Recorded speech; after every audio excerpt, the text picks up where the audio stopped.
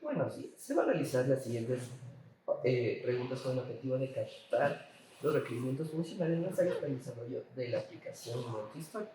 Toda la información proporcionada se suministrará con discreción y únicamente se utilizará para el desarrollo y o mantenimiento de datos. Como primera pregunta, ¿cuáles son las funciones o tareas fundamentales que el sistema de historias clínicas debe realizar? Un registro de los pacientes, un registro de los profesionales, un sistema de presupuestos, un sistema de facturación, un sistema de deudas, ver el estado financiero de cada paciente y finalmente un sistema de agendamiento de citas. Ya, correcto. Como segunda pregunta, una vez que haya sido creada una historia clínica, ¿qué funciones debe estar disponible para la gestión de historias clínicas odontológicas? ¿Qué hace después de haber creado una historia clínica? Lo ideal sería que se sepa exactamente cuál tratamiento fue realizado por cuál especialista. Eh, que se sepa también qué indicaciones y contraindicaciones se dan, al igual que un consentimiento informado de los procedimientos realizados. Y según esto, ir añadiendo cosas en la historia clínica, ya sea que aumentó alguna enfermedad del paciente o alguna cosa que no nos mencionó antes. Muchas gracias. Las siguientes dos preguntas deben responder a la información registrada en las historias clínicas. ¿Qué información debe ser registrada en una historia clínica odontológica?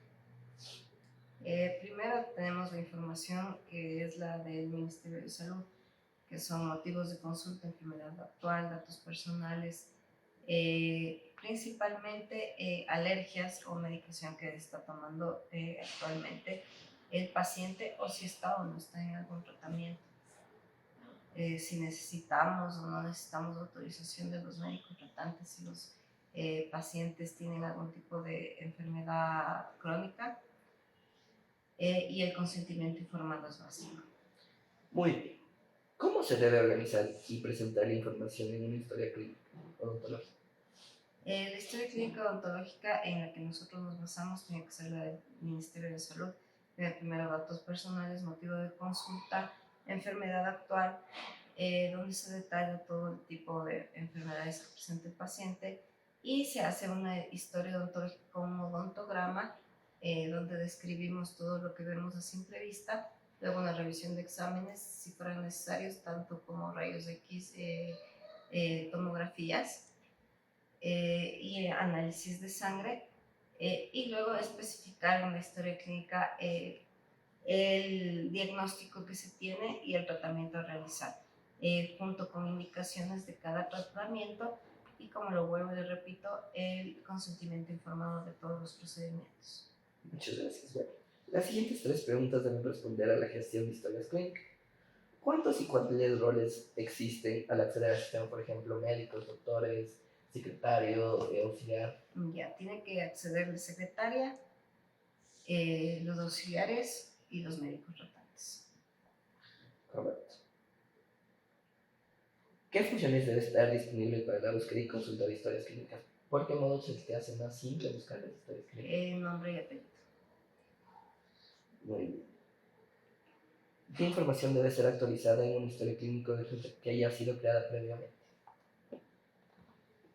Eh, por ejemplo, el paciente puede presentar enfermedades luego de que se abrió una historia clínica, entonces siempre tenemos que tener la capacidad de añadir ese tipo de datos, pueda que haya tenido algún tipo de accidente y se aumente las lesiones en el odontograma, entonces tengamos que aumentar eso también el presupuesto, o pueda que venga después de muchos años y también tenemos muchas cosas que monitorar, por lo tanto la historia clínica tiene que ser muy interactiva y siempre tenemos que tener la posibilidad de irla renovando.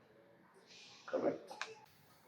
Las siguientes tres preguntas deben responder a la información de presupuestos presentados al cliente. ¿Cómo se calculan actualmente los presupuestos para los clientes y qué información se utiliza para hacerlo?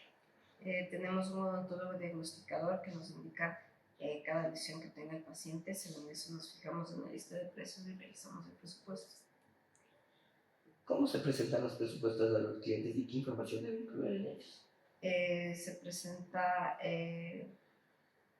a los pacientes según lo que le había mencionado antes y tiene que tener detallado el costo de cada tratamiento realizado, por ejemplo, 4 calzas, el costo de cuánto, el valor unitario, el valor total, formas de pago, valor en efectivo, valor con tarjeta de crédito si es que hubiera variación. En el caso que haya cambios en el presupuesto, ¿cómo se deben reflejar en el sistema? Se debería reflejar en el sistema esto, indicando que ha habido el cambio de presupuesto y añadiendo. Por un motivo en general. Sí. Correcto. El sistema, las siguientes dos preguntas deben responder a la información sobre las notificaciones o avisos del sistema. ¿Qué tipo de notificaciones o avisos le parece necesario para que incluya en este sistema y qué propósito tiene? Avisos de cita subsecuente, porque los pacientes no suelen recordarlo eso. Avisos de que está adeudando el paciente, es importante. Y un aviso de cumpleaños para mandarle algún presente al paciente. Bueno, las siguientes dos preguntas van a responder a información sobre el agendamiento de citas. ¿Cuál es la información necesaria para agendar una cita a un paciente? Nombre, teléfono. Sería bueno si es que se sabe colocar para qué va, para qué tipo de procedimiento va a asistir el paciente. Entonces esa sería una parte opcional. Uh-huh. ¿Cuáles son los filtros de búsqueda de una cita? Puede ser por nombre, apellido o por fecha. Le agradezco mucho. Con eso finalizamos.